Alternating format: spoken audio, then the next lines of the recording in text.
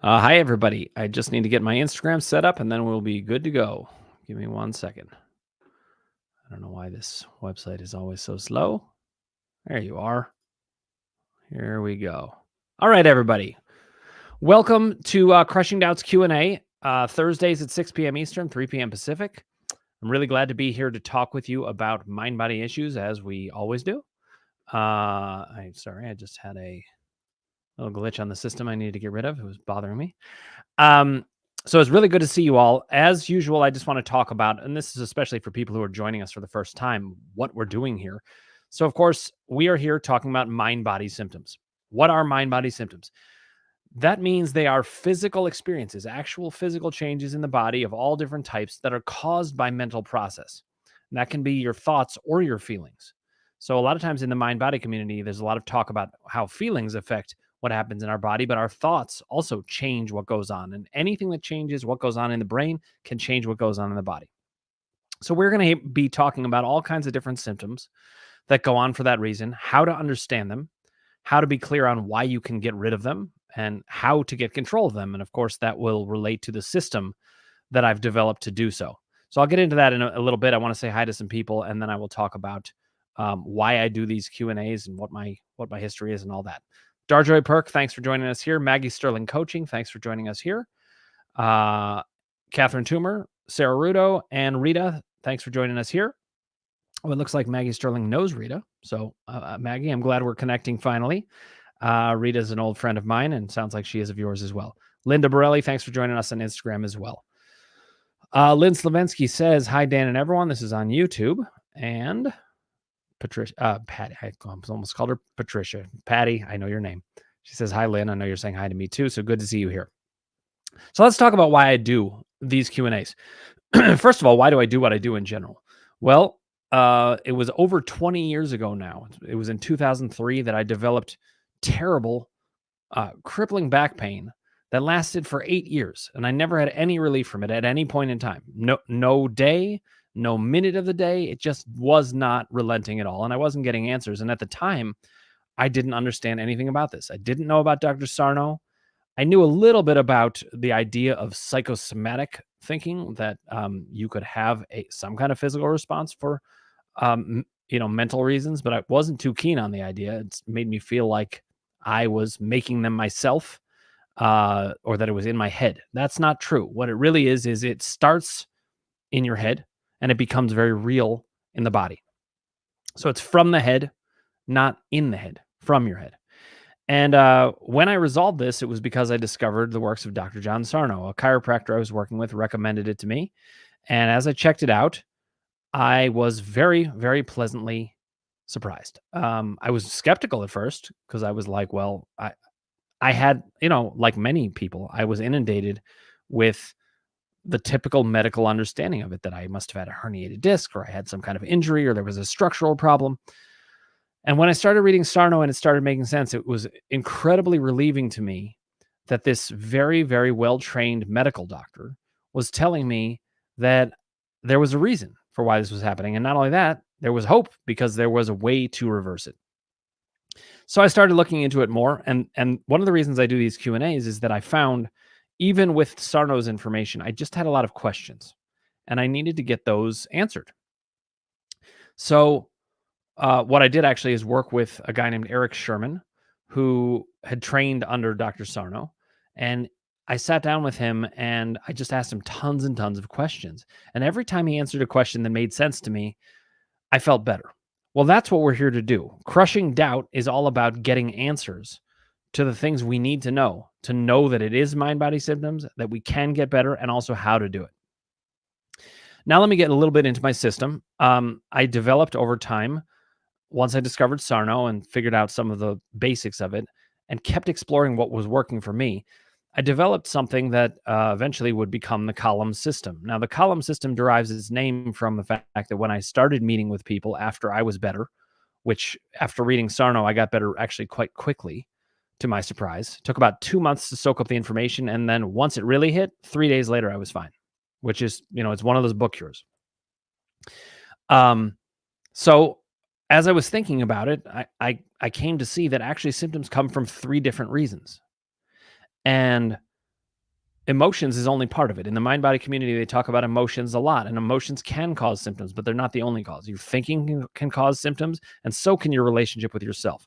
So the columns derive their name from when I started working with other people. Once I was better and I started helping other people with this, the first thing that I would do is I would have people take out a sheet of paper and divide it into, you guessed it, 3 columns. The emotions, doubt, and power columns. And they each talk about a part of mind body experience. The emotions column is about just what Dr. Sarno said, that when we don't want to know about some kind of emotional experience and it's unconscious, we keep it unconscious with an emotional distraction. Now, he was right about that, but my emotions column takes it a bit further because it helps people with the instructions of how to look for those emotional issues. So it's exactly what Sarno said. It's there for a distraction. You discover what it is. That distraction function is gone and the symptom will drain away. But you have to know how to look for it. So the emotions column helps us do that. The doubt column, though, was really, really important to me, and in many ways the linchpin of everything, which is why I call this show Crushing Doubt. And the reason for that is when symptoms will not budge, when they're there all the time, it didn't make sense to me that would be emotional. And it turns out they weren't, that it wasn't emotional. I didn't have an emotion that was the same for 8 years, just a stubborn, undiscoverable emotion. What happened instead is I had an emotion that led to the onset and uptick in symptoms. The onset was all emotional, but I didn't know it at the time. And then doubt took over. What is doubt? Doubt is it's kind of how we think about things in ways that are scary or don't give us answers or leave us confused. So there's 4 forms of doubt. There's fear, there's confusion, there's lack of certainty, and then there's just questions. And ultimately, you want to reduce doubt from fear all the way through confusion, lack of certainty, and then all the way down to just questions. This Q&A is designed to get rid of questions. It's designed to bring down fear and lessen confusion and all those things to reduce doubt. And why do I do that? Well, if you can do that with symptoms that won't budge, the seemingly chronic symptoms, they do start to budge because your thinking changes. And when your thinking really changes and you really believe something different, your physiology changes. That's the doubt column. So its function is different than the emotions column with distraction. Its function is to protect. But the thing about the doubt column is it's protecting from things we don't need protection from. It's like a helicopter parent gone awry. We'll get into that in a second, but I want to get to the last column, and then I will get into saying hi to a few other people and then get into questions. The power column is about your relationship with you. And this relates, as I found out as I went through my own experience, it relates to your relationship with you. If your relationship with you isn't really fully at peace, which most people's are not, what tends to happen is you can bring doubt down and you get rid of those symptoms that are always there. You can start to manage the emotions column symptoms, the onsets and upticks, but often people get stuck on a plateau. And that is one part of how I think about the power column. You can get stuck on a symptom plateau. So what we're going to do in this Q&A is we're going to talk about various symptoms that you guys are having and basically analyze them through the columns. How do we understand what is happening? Whatever the symptom is looking like is going to determine what column we look in. And within that column, there's work to be done that can get you relief. Okay, let me say hi to a couple other people. Patty, I do see that you said yes, you were saying hi to me too. I knew you were. Not to worry. Susan, good to see you here. She says hi, Dan and everyone. Hello, says hi, Dan and everyone as well. And then Susan said, Dan, you're our Dr. Sherman. Thank you for all you do. I appreciate it, Susan. The funny thing is with Eric Sherman, he's a great guy and a great therapist, but he couldn't even see me for very long. One of the most powerful things about it is I only sat with him one time in my recovery efforts. I did sit down with him for some supervision at the beginning of my early work. But what I really found is one session with him, I had built up so many questions and they all needed to be answered to my satisfaction. That's my goal here today. Answer it to your satisfaction. Okay. Patty says, yes, Dan is our Dr. Sherman and our Dr. Sarno on steroids. I love it. Thank you, Patty. That's high praise. Dr. Sarno is my absolute hero. So to hear that certainly does my heart good. Karen Isaacs saying hi. Good to see you, Karen. Okay. I'm going to get to some questions now. We've got I'm not even going to try to pronounce the name, but because it's a bunch of letters. Let's see. Hi, Dan. Big fan of yours. Curious what the mind-body connection is for external hemorrhoids. Okay. I love all the questions. So here's the thing. There are so many people who will watch this, including on replay, and they may have similar questions. So it's great that we get these questions out there. So I'm going to answer it, but what I want to encourage everybody, when I answer your question, I'm not just talking to you, I'm talking to everybody about the whole system. And I want you to follow up as needed. If I answer a question that's not to your full satisfaction, ask the next question. Okay. So, what is the mind body connection for external hemorrhoids? Okay. First of all, physical processes can happen for multiple reasons. If you break your arm, you can have pain in your arm, of course. You also can have pain in your arm for simply a mind body reason. So, a lot of what we're talking about here is we know it's physical, but is it mind body or not? Now, external hemorrhoids or things like that, the way that I think about it is that if the body can do it, the mind body process can use it. So you could have external hemorrhoids for multiple reasons. You could have them for something that, I don't know about. Maybe there was a bunch of friction in that area. Like if you were a rodeo rider or something and you ended up with external hemorrhoids, I'd have to wonder, is it something that's purely physical? But typically it's not purely physical even then. Even when there is an external circumstance that could explain it, there's so much mind body stuff that goes on. So I would guess that there is a mind body connection to external hemorrhoids, even in that situation. But, and by the way, when I'm talking about external hemorrhoids, same is true for internal hemorrhoids. None of it, if the body's capable of doing it, the mind body process can use it. I have actually treated people for things like hemorrhoids. I've treated people for anal fissures. I've treated people for things you would not expect that I'd be able to with mind body work if you don't understand the full extent of it. But I do understand it. Even, like mouth ulcers, they're a similar kind of thing. They're about your body's expression of your emotional or mental state. So what I would be looking for, and one way to test this, by the way, and by the way, thanks for saying you're a big fan. I would love to talk with you further at some point. If you wanted to test this out, one of the great things about mind-body symptoms is you actually can test it. Treat it like a mind-body symptom, but try to get yourself to really try it on as fully believing, I can take away this symptom with mind-body treatment. If you get any movement at all in it, it's a mind-body experience, and usually you will. Now, it's also not the case that if you get no movement, it isn't mind-body. That's not necessarily the case, because that could be a doubt column symptom. It could be driven by doubt. So if you get results, it is mind-body. If you don't get results, we want to look in the doubt column. All right? I would treat it that way. And by the way, the way to think about this, when I'm trying to figure out what's going on with the symptom, I analyze it. Is it, not budging at all? Like, have you had this recurrently or for a long time? Because then I'd be looking in the doubt column. If it just popped up, I'd be looking in the emotions column. If you've gotten a lot better, but it's stuck at a plateau, I'd be looking in the power column. So that's how we analyze these things. Follow up though from here, okay? Thank you for tuning in. I really appreciate it. Okay, I've got some questions coming in from Instagram. Meiji23 has joined. Oh, it looks like that is actually Jamie. Aha, I see. Your name scrambled. Got it. Good to see you, Jamie. All right. Sarah Rudo says, hi, Dan. I see the parallel between getting stressed, talking to others, even those I like, and increases in symptoms. But this doesn't do anything.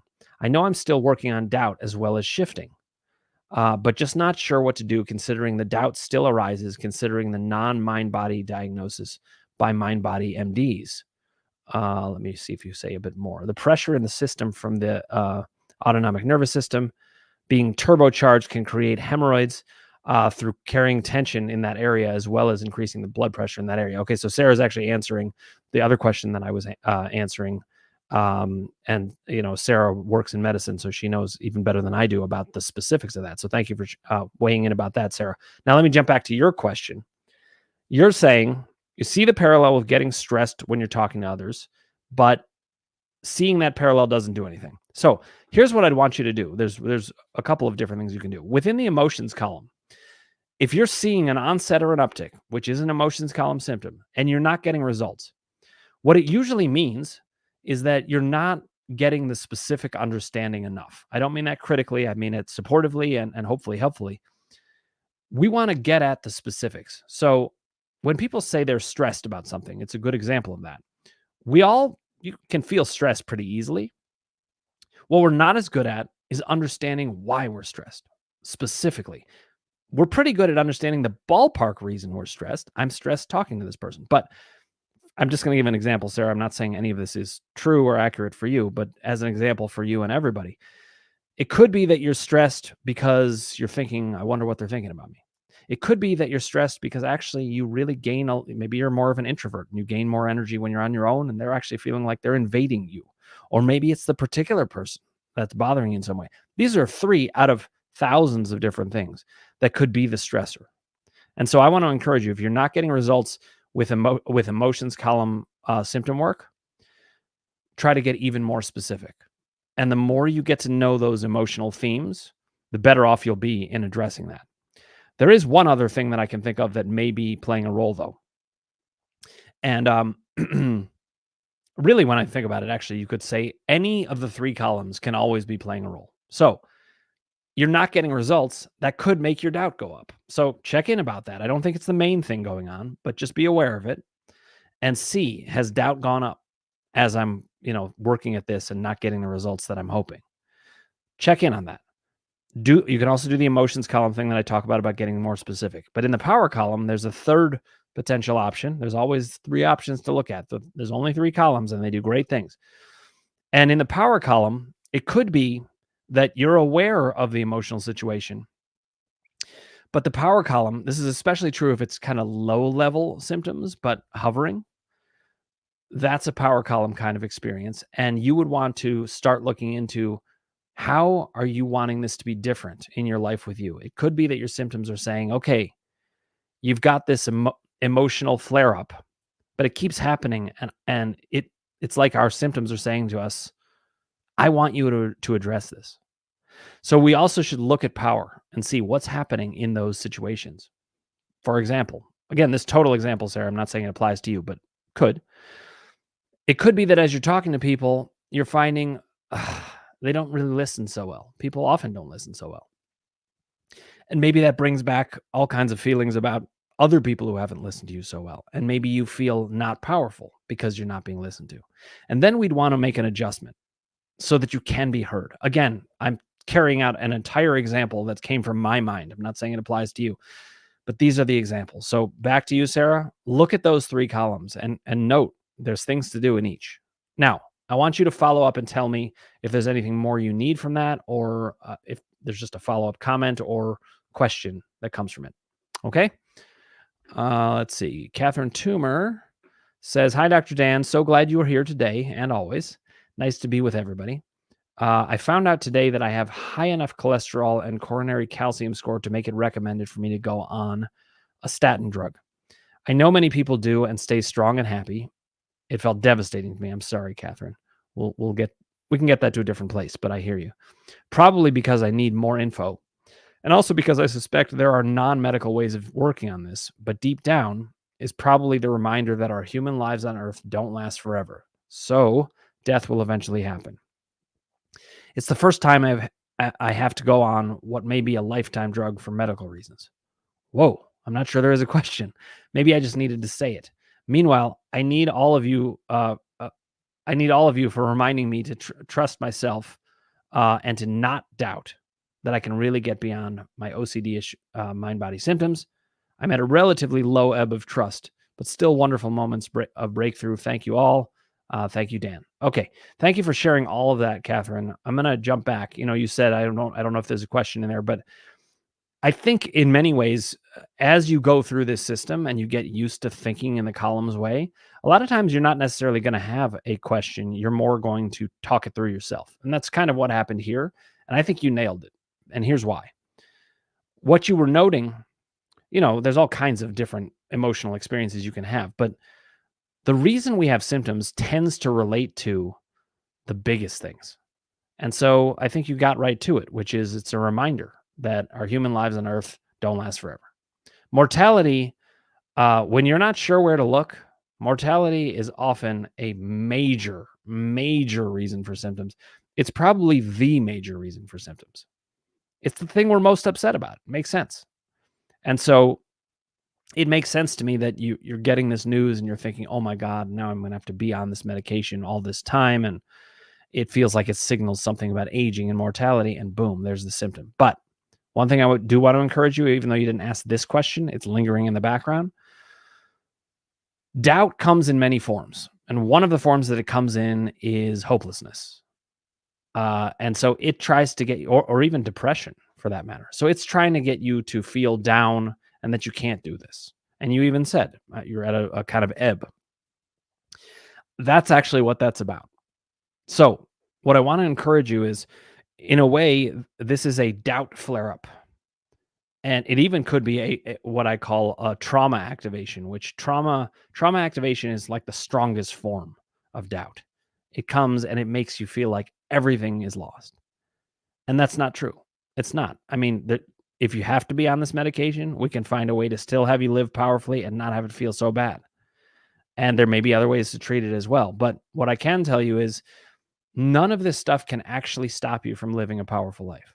One of the great things about the power column is you can always adjust your relationship with you, no matter what is happening, and almost no matter what's happening.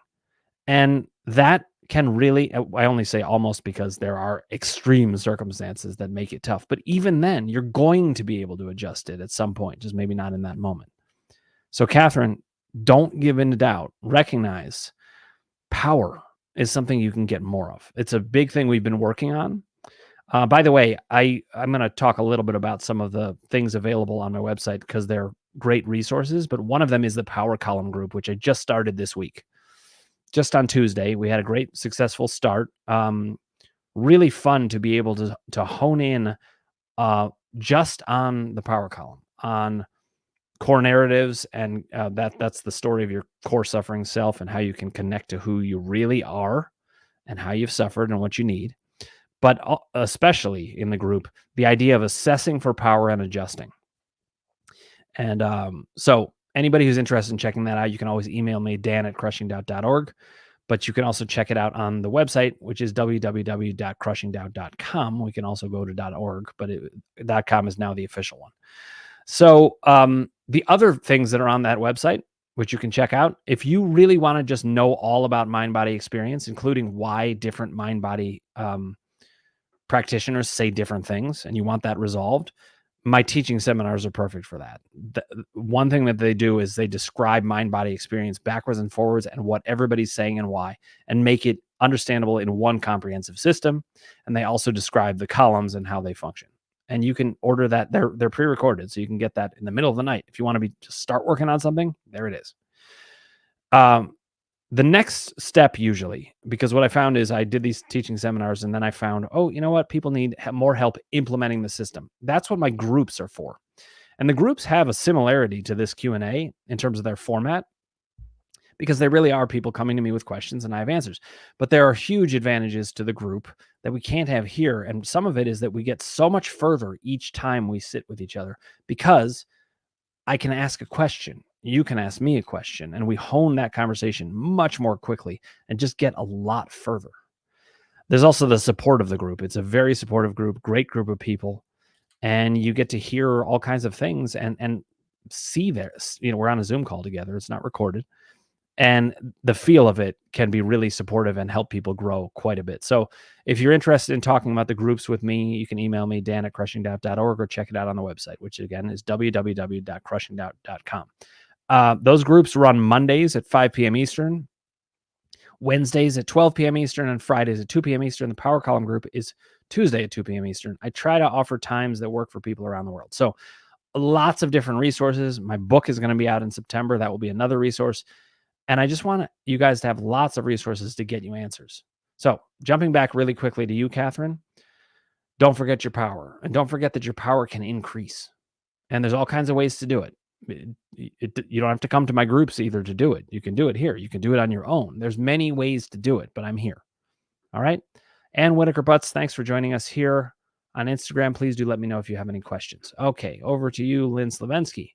Clogged ears. Varies. Emotional. A friend tried to convince me I had allergies. You do not. Friends are so funny that way. They're trying to be friendly. They're trying to help you, but actually they're inspiring doubt a lot of the time. My ears clogged a lot.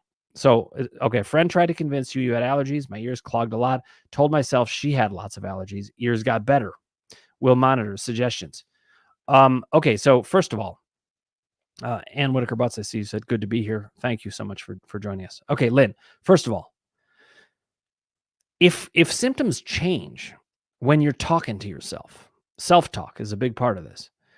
If it changes when your thinking changes, then you know for sure that it is mind body. Because if you can change symptoms just from talking or just from changing your thinking, nothing else changed except the mind. That means it is a mind body response. So, what I'm hoping is this will increase your confidence that this is mind body symptoms. Now, that's important for many reasons. One, it's accurately recognizing what it is. But another thing is it's going to help you feel that you can get rid of these symptoms because if they're mind body, you actually can get rid of them. Now, some people have the doubt, well, what if I can't control my mind? That secondary doubt that can come in, but we can deal with that too. Any doubt can be dealt with science and logic and self knowledge. And what I'm encouraged by is you're seeing this more and more.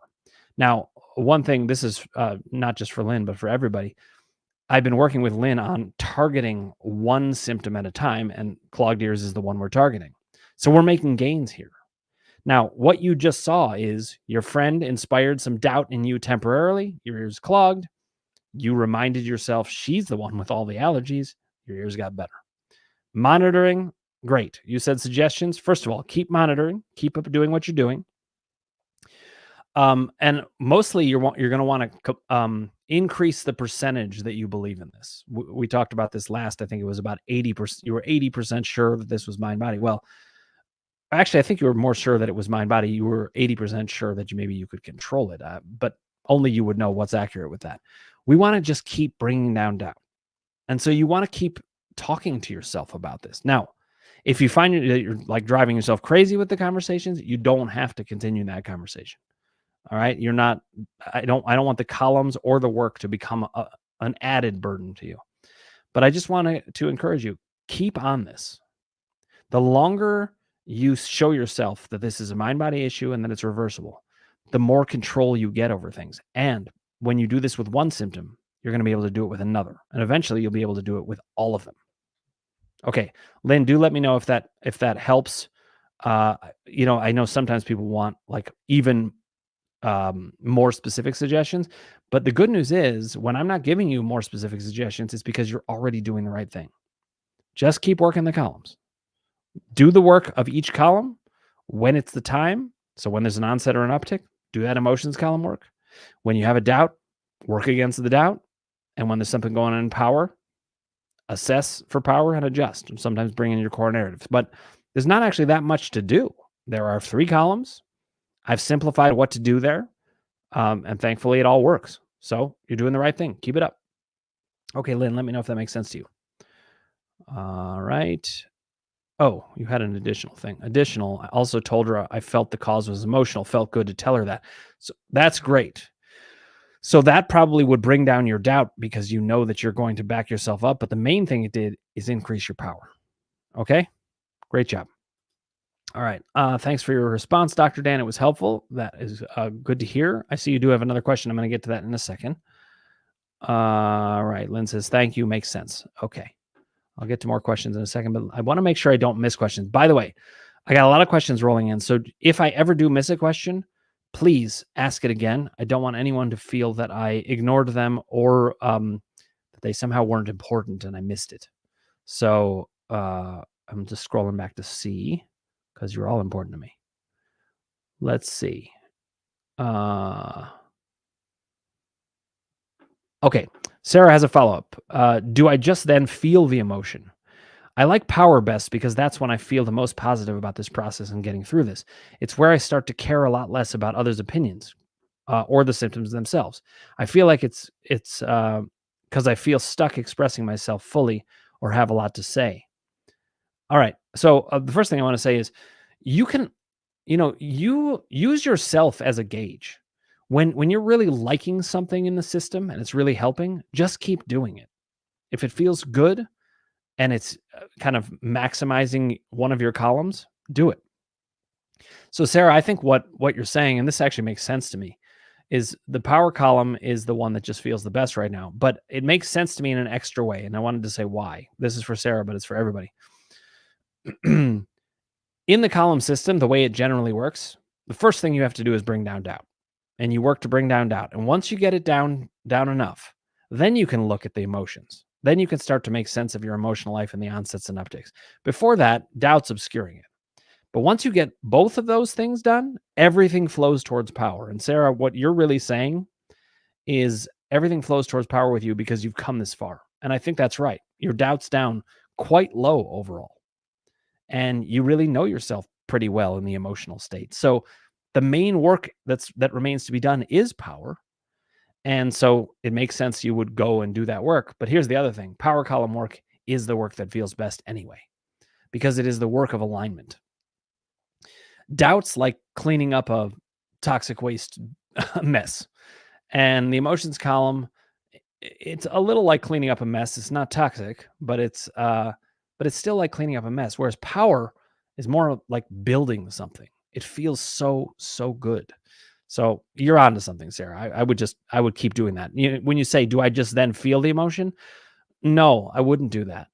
Your response is telling us you could feel the emotion, but I would say work for a power column adjustment. All right, let me know if that makes sense. Okay, then Sarah said, Dan, I accepted an inpatient psych job. Congratulations, Sarah. Hopeful I can add this to the work I do, but also I'm nervous if I don't fully believe in what I'm doing.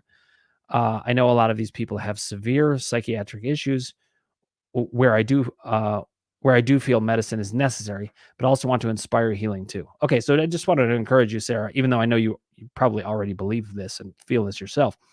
But using medication is not, it doesn't run counter to mind-body work at all. There are times where medication is necessary. There's times where it just is an added help or really allows people to do certain work. That's not going to matter. What I think you're going to find is that the columns work it just describes how people are. It's a description of human beings. And it's an accurate one. So I think you're going to be able to build this into whatever work you want to do. I actually think it's applicable to any work that people want to do. And here's another thing that maybe could help you. You don't have to add it in yet if you don't want to. You could just get your feet under you and think about it. And you could take your time figuring it out. As I've been writing my book, I've been getting more and more clarity about what I even think. I get clarity about the columns just by thinking of them about them myself. So you can work this in over time. I just think when you start a new position, it's natural that doubt maybe would come up or your power might dip. You're doing great. Just keep it up. And I'm proud of you and I'm excited about where you're headed. And I think ultimately you will probably introduce this this into your work because you want to. And you'll be able to inspire a lot of healing. So let's just don't worry too much about the current experience. It's all going to change and you're going to find your way. Okay, I hope that's helpful, but do let me know. Okay, Catherine Toomer says, thank you, Dan. So helpful as always. My pleasure. And just keep me posted. Okay, we do have a couple more questions coming in from Instagram. And then Sarah said, yeah, thank you on both. And definitely, I just hope I can help people through empathy and listening. And yes, that's what I plan. You're going to do great. There's going to be so much good stuff. I know you well enough to know. And so just keep me posted, okay? Congratulations again. All right. Just want to jump back to some questions coming in from YouTube. Hillel. From my TMS experience. So TMS is tension myositis syndrome. That's what Sarno called originally back pain. Then he came to see that it was really about the whole body and mind experience. From my TMS experience, the pains can disappear/replace only when I completely let go and don't react to them at all, which now contradicts my work with doubt because I do respond and even fight doubt. Can the pain go away while confronting a doubt? How do you balance the two? Okay. So the columns have many different uses, but one of the reasons that they have a particular use is that they're three really different ideas. So the idea of contradiction, let's talk about that first. One of the reasons I developed the columns at all is that there were seeming contradictions.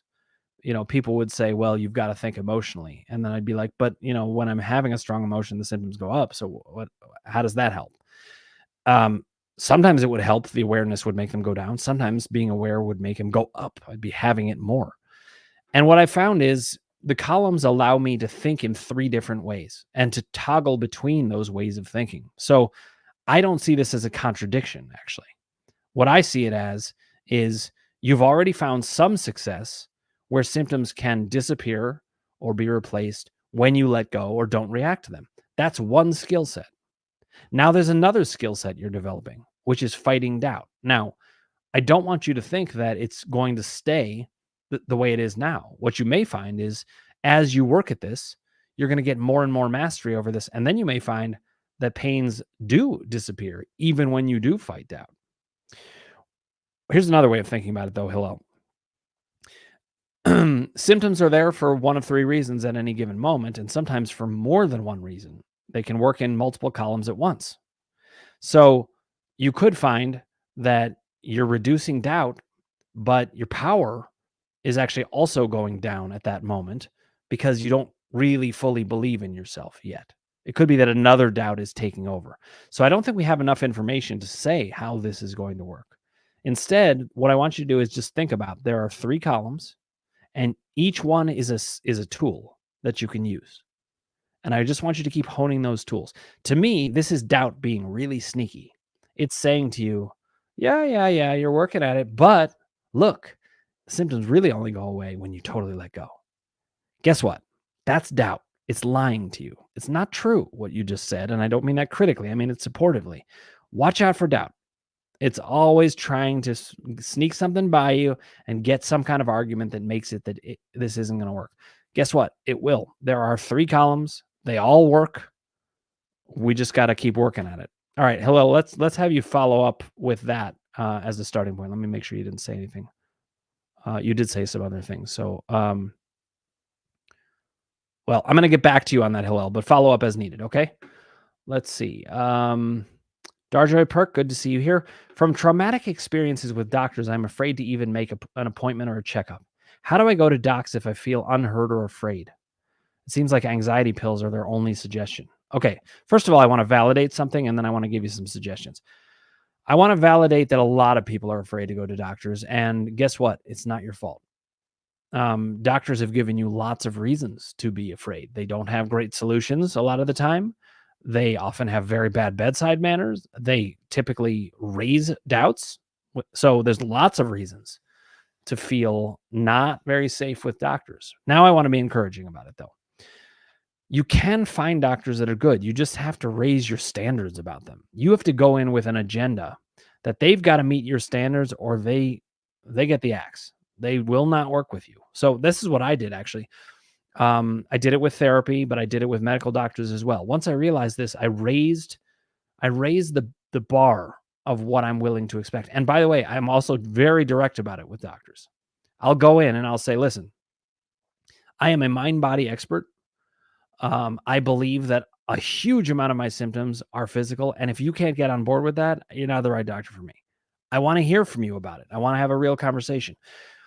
I've actually been pleasantly surprised that when I am direct about it, there's a lot of doctors who they don't say this as their kind of baseline thing to say, but once they know you think that way, they can actually bring out the sides of themselves that think that way. And they'll often say, okay, oh yeah, I can think that way. I really have been very pleasantly surprised. Medicine in general, they really do understand that a lot of mind-body stuff is going on. What they don't know is what to do about it. So you're also going to have to work with that. First, raise the bar about who you're going to work with. Demand what you need. And then we also can, pick doctors that actually know what they're doing. I mean, there are doctors in the mind-body community, for example, who really just know what they're doing better. And maybe you want those to be the doctors you would go to. What I can tell you, Darlene, is we can find somebody safe. We just have to demand that you're not going to just go to anybody, because going to anybody does run the risk of people who aren't that safe or maybe just prescribe anxiety pills. And when that's their only suggestion, then they're not good enough, because there's plenty we can do. One other thing I'll say, Darlene, is you're also not really going to need doctors for most things. I think I do encourage going to yearly checkups and fighting through whatever doubt they dump your way, just so that you're getting tested once a year and checking out things. But other than that, you mostly don't need doctors you need them for life or death stuff. And that's mostly it. The columns can take care of you otherwise. So, Darlene, I want to follow up with you and see if that made sense and gave you what you needed. Okay. Michael Hawkins, thanks for joining us here. Please do let me know if you have any questions. We're here talking about mind-body issues and my system, which is called the column system, for how to master acute and seemingly chronic symptoms. Nothing's actually chronic in my system, as I'll show. All right. Catherine Toomer says, Dan, I know science, logic, and knowledge are essential, but sometimes for healing or even for getting beyond a mindset, isn't it necessary to somehow allow related feelings and sensations to wash through us? Maybe to help us let go of the habitual negative thoughts. Okay, so I like what you're saying here, Catherine, and there's a lot to it. One thing that I'll just add to it in terms of from a columns perspective of what you're saying is I would say in a way that is the power column. Letting it be. Okay, so it's a form of power, I think, what you're describing. I'm not saying that is uniformly what it is. What you're saying is also true. But from my vantage point, what you're saying fits right into the idea of letting yourself be in power, letting yourself align with you, letting yourself be you. So I don't think it runs counter to what I'm saying, which I don't think you necessarily do either. I just wanted to show you how it fits. Okay, Monmar, thanks for joining us here. Please let me know if you have any questions. Sarah said, sounds like a power skill set. And she was talking about when Hillel was, when I was answering Hillel's question about, what was it again? Let me go back to it. Pain's disappearing only when you completely let go, and how that contradicts with doubt. I think what Sarah is saying, but please do let me know if I've got it wrong, Sarah, is the idea that, power is it has many functions, but one of it is to align things. It's to get comfortable with where you're at with whatever. And I find that the columns are very helpful with that in general, because there are 3 different systems or setups within my system, and you can use any moment to find something powerful. But in the end, everything flows towards power anyway, so that also fits with what Sarah's saying. And that also may be what she meant. Okay, thank you for the comment, Sarah. I appreciate it. Okay, Karen says, I'm sad/scared about stepson's health. Reports are not good. I'm so sorry to hear that, Karen. I'm better at feeling, crying, not trying to avoid the fear. I'm getting better at not being scared to be scared. Okay, so the first thing I want to say is the first thing I want to say is that I'm sorry, because it's sometimes all we can do is empathize with how hard something is, and that includes with ourselves. And in a way, that's what you're doing. To say I'm getting better at not being scared to be scared, that's an empathic response to yourself. And I really want to encourage you all, no matter what the situation is, even if it's a really hard situation, always try to drive towards empathy to yourself. Let yourself have space to feel what you feel. And, I also want to encourage you, Karen, that don't let doubt run too wild. I want to hear what you have to say about the reports not being good, but, just watch out for doubt over characterizing that. Then also, let's be real about, if you've got a report that you're scared about, we'll talk about it. And we'll sort out how are you going to handle your emotional response to it. But letting yourself feel what you feel is key. It's incredibly key. And I'm really sorry you're going through this. You actually have been scared before, and it ended up better than you had hoped. And I hope that will be the case again. But you're going to be able to work through whatever you need to work through. And I'll be here with you. We'll be here with you. And so please do let me know what you need. Let me just make sure you didn't say anything further. So I didn't want to miss. Okay, so no, I listen. I really understand. Nothing's scarier than life and death stuff about people that we really care about. So I totally understand, Karen. Watch out for symptoms in that, and use the columns to combat that. And then, other than that, let yourself feel what you feel. I will say this also from a power column angle, and hopefully this is helpful, Karen. Remember how this fits with your past experience too, because it's layered. There's a lot going on here. All right. I'm thinking of you though, and I'm so sorry. Do hope that things turn around quickly and well. Keep me posted. Okay. All right. Andrea Stafford De Silva, thank you for joining us here, and thank you for the follow. I appreciate it. I hope to interface with you a bunch, and just let me know if you have any questions. LJP Wright is here as well. Thank you for joining us, and do let me know if you have any questions. Okay. Darlene says, okay, thank you. My therapist is awesome and is working TMS, mind body stuff. It's just checkups. That is very helpful. I will do some research. Thank you too, Sarah. I like the suggestion to go in with what I need. Yeah, the other thing that I say to people when they're afraid of going into doctors is put on your doubt armor. What does that mean? It means remind yourself that they might spike your doubt, and you want to be a little on guard about that. I don't mean that in a bad way. I just mean you're going to be ready, and you're going to be ready to dismiss whatever they say. Okay, you said, I like the suggestion to go in with what I need. Docs sometimes act offended if I question their recommendation, but I guess the power column is in order. Yes, it is. If a doctor is going to get offended by you questioning their recommendation, they're not the right doctor for you. Absolutely not. A good doctor should be able to take that question and honor that you have a legitimate question. You need that answered. Okay. Okay. Catherine said, thank you, Dan. You always lead me back to the power column and intuitively know that that is exactly right for me. I'm going to say something about that in a second, but I agree, and I'm glad. And aligning with myself definitely involves allowing my body to feel, sense, and be. So, Catherine, I'm really glad. But one thing I'll say is one of the reasons I know to lead you back to the power column is the columns help me know where each of you are very well, because there's a progression to them. When people first come to see me, they have doubt. That's the primary thing. And I bring down doubt. And then I help them get emotions and understand those more. And then it all flows towards power. And so, Catherine, we've been working at this together long enough that I know where you're at. And I know that mostly you need a doubt check-in and to move towards power. That's almost always what you need. And I'm glad that was helpful. All right. Let's see. We already got that. I'm glad that was helpful, but you had another question. I also want to ask that with mind body mastery, that I don't need to stretch foam roll after exercise. Been doing that for several years and wondering if it's necessary. Have you treated similar patients? I have. Not only that, but I've been a similar patient. When I got better and discovered Dr. Sarno, I went on stretching my back for maybe a couple months, at least 6 months probably, because it was so hard to give up. I was like, is this okay?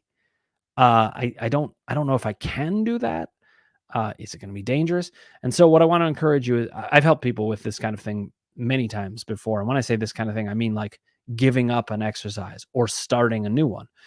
Whatever it is, whatever you choose to do, the idea is to bring down doubt. And what I'm hearing in this is that it would actually be really good for you to get over the hump and be able to give that up without it causing problems, because then it would bring down your doubt. So you can do that.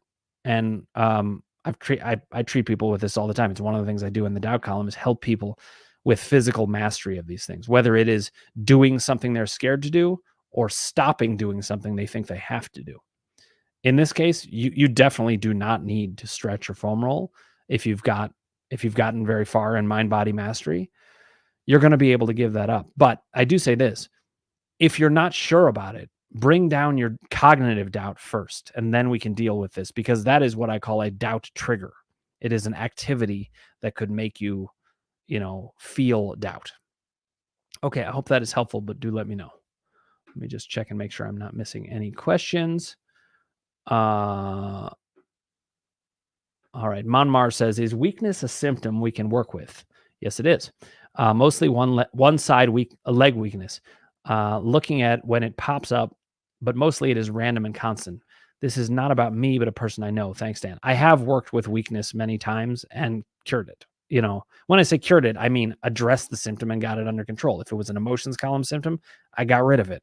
If it was a doubt column symptom, I broke up the doubt, got the symptom on the move, and eventually went back to normal. So yes, weakness is yet another symptom that can be mind-body. I'm telling you, anything that can happen in the body can be done for mind-body reasons, and weakness is included in that. If you need more about that, Monmar, though, just let me know. Okay. Monmar says, thanks, Dan. I definitely think emotions column. Yes. So it sounds like it comes and goes, but that's the kind of thing that doubt is tricky with, because it knows that certain symptoms are either more scary or maybe even harder to believe. And the truth is, none of it is hard for me to believe anymore. Anything the body can do, the mind body process can use it. Okay, glad that helped. All right, Hillel then has a follow-up. Also, doubt uses the fact that I'm not in power to keep the symptoms high and consistent. Is he right about referring to doubt? I find it difficult to believe I can lower strong symptoms that uptick when I'm out of power. It's like I must be in power to lower strong symptoms that start from our power, which sucks. Okay, I actually want to say something just to orient you to something, Hillel, and then I see you have some more comments, which I'll get to. But in a way, the way I'm thinking about your doubt is there's 3 levels of doubt. Level 1 doubt is, do I have mind-body experience? Is my symptom mind-body or not? Level 2 doubt is my symptom harder to master than others? In a way, what Monmar just asked about weakness was a level 2 doubt. Is there a symptom that maybe doesn't apply? Is it different? And actually, Hillel, I think you don't have a lot of level 1 or 2 doubt now. The main doubt you have, which is very typical for many people, is level 3 doubt. Level 3 doubt is, can I do this? Is there something about me or my process or where I'm at that's going to prevent me from getting there? And that's what I hear when you say, I can't do it if I'm not in power. And then doubt would naturally get you spinning about, well, but you're not always going to be in power, so now you can't do it. What I want to do first, in the doubt column, it's observe, articulate, encounter, or the steps of the doubt column. And so observing the doubt is what I'm trying to do here. I'm trying to say, look, do you see? Doubt's working here. It's just, no, doubt is not right. You first of all, you can lower doubt even when you're not in power. They are not in lockstep with each other. That's a bunch of garbage from doubt.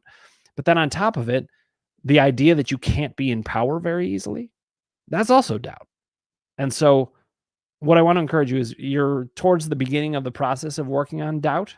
It's only very recently that you feel like you really fully grasp the concept of what doubt is.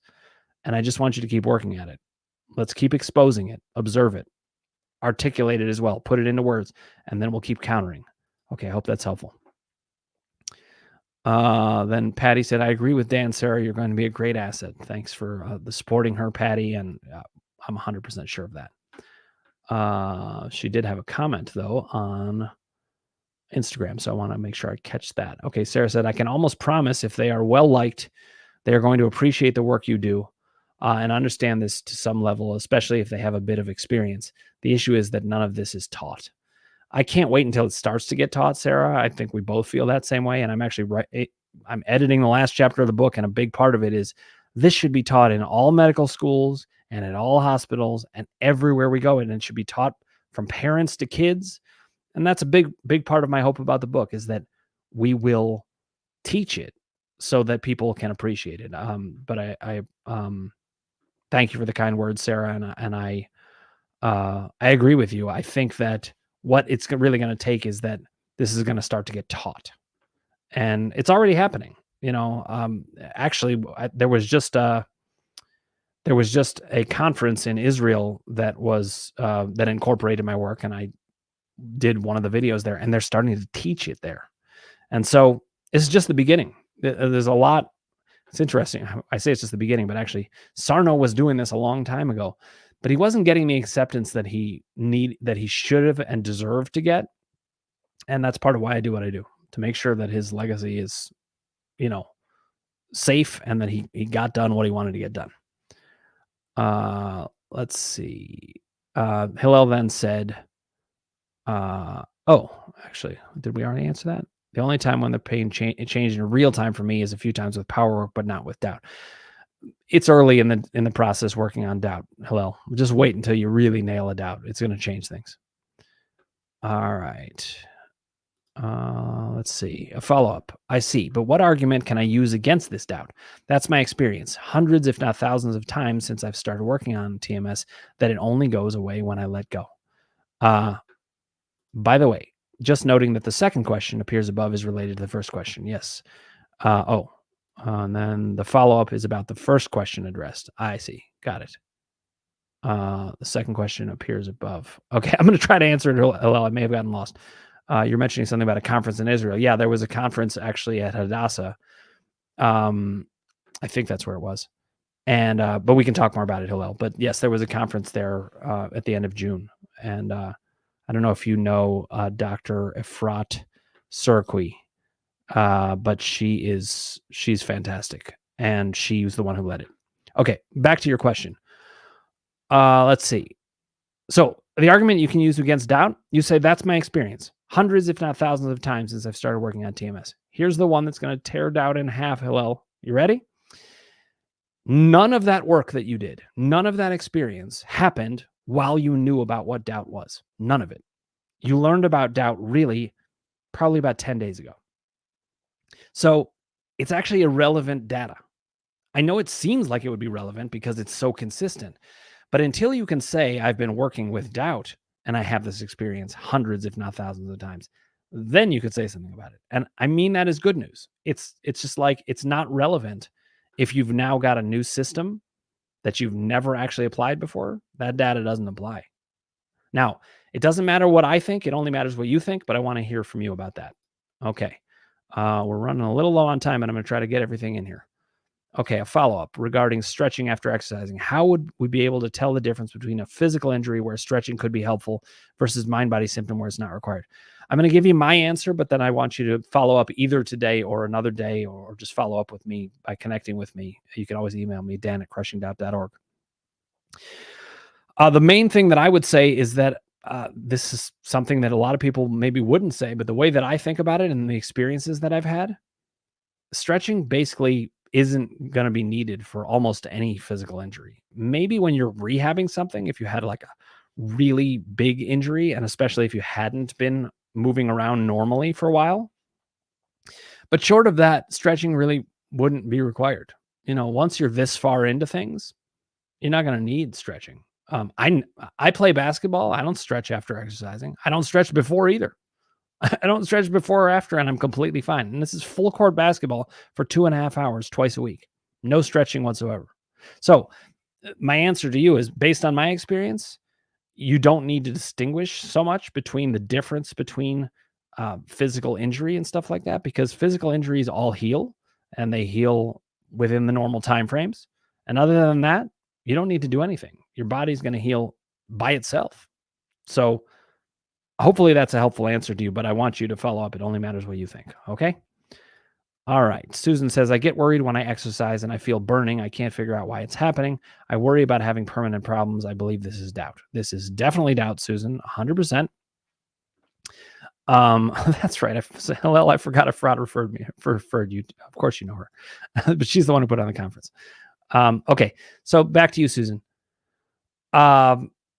Listen, when you get worried and then you feel a symptom, fear is the emotional form of doubt. So it is an emotions column event triggered by doubt. And that's what's happening to you over and over. You will not have any permanent problems. In fact, basically nobody has permanent problems of any kind in the way that people talk about with musculoskeletal stuff. The only kind of permanent problems people have are like, my wife's a type 1 diabetic. Her pancreas does not produce insulin. That is permanent. But most things are not permanent at all. Okay? So, Susan, doubt just has its hooks in you right now. And it has for a bit. It's getting better. And we just need to keep working on it. All right? Hillel said, your answers really helped me today, Dan. Thanks. Not in a very good place. Sorry to hear that. Family vacation, power struggles, symptoms uptaking, dangerous environment, in quotes. And as usual, your answers fill me up. My pleasure, Hillel. I'm so glad. I'm glad that I helped in multiple ways, but one of the prime ways that I think I helped, and I just want to highlight this for you and the group, is when you said this thing about doubt, but I have all this experience, and you see, when I tell you, yeah, but you weren't factoring in doubt before because you didn't know, it just tears the doubt in half. And one thing I want to encourage you all is, doubt is weak. It is a weakling, and it has bad arguments. It sounds good for a little bit, but if you really look at it, it's no good. And that's what I want to keep showing people. Okay, thanks so much, Dr. Dan. We'll follow up with you. Sounds good. I can totally help you with this, and I look forward to it. Okay, Hillel says your availability in Q&A is much appreciated, Dan. My pleasure. Thanks, Hillel. And Susan says, Dan, you're so right. I have a couple of questions coming in still from Instagram, and we'll wrap up here. Okay, Darlene says, I experience FND, functional nerve disorder. I don't believe in disorders, but that's one of the things they call conversion weakness. And it's often pushed into other scary diagnoses. Yeah, there's lots of scary diagnoses by doctors. Ignore them. They truly, they're like 4-year-olds teaching physics. They don't know anything. All right, so don't pay attention to that. Quilt Hollow, thanks for joining us here. You're just coming in at the end this time, but I'm here every Thursday at 6 p.m. Eastern, 3 p.m. Pacific, and we're talking about mind-body issues, and I answer every question you guys ask as much as I can. So, a couple of questions more, and we'll wrap up on this. Okay, Andrea Stafford says, I've heard from multiple mind-body practitioners that migraines can be particularly tricky. Have you seen this? And why would they be saying this? I can go for a couple weeks without one, but they return. Okay, so I have heard people say that migraines are particularly tricky. What's really the case is that migraines they have a reputation. That's the only thing. They're not actually tricky compared to any other symptom. They just have a reputation for it. So anything that has a reputation for being harder makes doubt go up. And that's the only reason that they're really there. The other thing is that, the scarier the symptom or the more painful and uncomfortable, that can make it harder, I'll put in quotes, but it's only harder from a mental experience. It's not going to be harder to cure. And I also know plenty of people who have actually gotten rid of the migraines. Actually, Karen Isaacs, who I was talking to earlier, she's one of them. Lee Cantor is another. He wrote a book on that. So look up Lee Cantor's book on migraines. It's not hard. It's not harder. And why do mind-body practitioners say this? That's a great question. You know why? Because they have doubt too. And doubt has gotten to them. And the information has gotten to them. There would be no reason for it to be the case. They're mind-body symptoms. They should not be harder to take away than anything else. Okay. Monmar says, yes, she fears ALS, but other symptoms are not indicative of her having ALS. I'm sure that's not the case. Okay. That she has ALS. Completely understand how some presentations of symptoms can feel more scary. Yeah. And weakness is one of those. Could scare the crap out of people. All right. Sarah Rudo says, woo, go Dan. That's awesome. Last, highly recommend Quarterback or Sprint on Netflix. These athletes talk a lot about the mind-body process, even if they don't overtly say it. Cool. I'll check those out. Okay. And then Charlie Merrill can probably reduce doubt on that. Lots of videos on Instagram. Charlie's really worth a follow. Great PT. And he's really good at not falling into doubt, as Sarah can attest to. Okay. Darlene says, thank you. I needed to hear that. It's my pleasure. And then Andrea said, my doubt is that they will ever resolve, not that it's mind-body. Thanks for your response. Very helpful. I hear you, Andrea, but I know you don't doubt that it's mind-body, but I'm just saying they're not actually going to be harder to resolve than other mind-body things. That's what I call a level 2 doubt. This symptom's harder to resolve than others. There are reasons you think that. You've been fed those ideas, including by mind-body doctors. So of course you would think that. But the good news is it's not true. And I've worked with a number of people on this, so I know it's not true. It just has that reputation. So keep that in mind, okay? All right, 2 more comments, and then we're going to wrap up for tonight. Oh, also, my wife who is watching wants to ask the application of this work to unexplained infertility when doctors can't explain the reason. She has suspected mind-body contributions. She struggles with doubt. I have long suspected that myself. In fact, it would help to explain things like why people have unexplained infertility, then adopt a kid, and then suddenly get pregnant. What else would that be? Right? So there's a lot of signs pointing in the direction of mind-body process to that too. And of course, mind-body experience affects every part, every system. So could it explain unexplained infertility? Absolutely. 100%. Our mind controls our body. So I hope that's helpful. Okay. And then Hillel said, it's hard finding a professional mind-body doctor that's available. And this is so important, especially with doubt. Okay. Thank you, Hillel. And listen, one of the reasons I do this is exactly what you just said. I'm trying to give back everything I can that I wished I had. And one of them is this kind of availability. Hillel says, like a meeting and then 1 month of silence. So bad for doubt. Yep. With you, Dan, it's completely different. Much appreciated. Thank you, Hillel. My pleasure. Anything that's bad for doubt, I don't want to do because I know how bad it is and I know what it does. But I also really love the work. So I'm glad to be here with you. Great questions. Thank you, guys. Thank you for being here. I'm honored to be working with you. And we'll keep it up. I'll be here same time next week. Looking forward to seeing you then.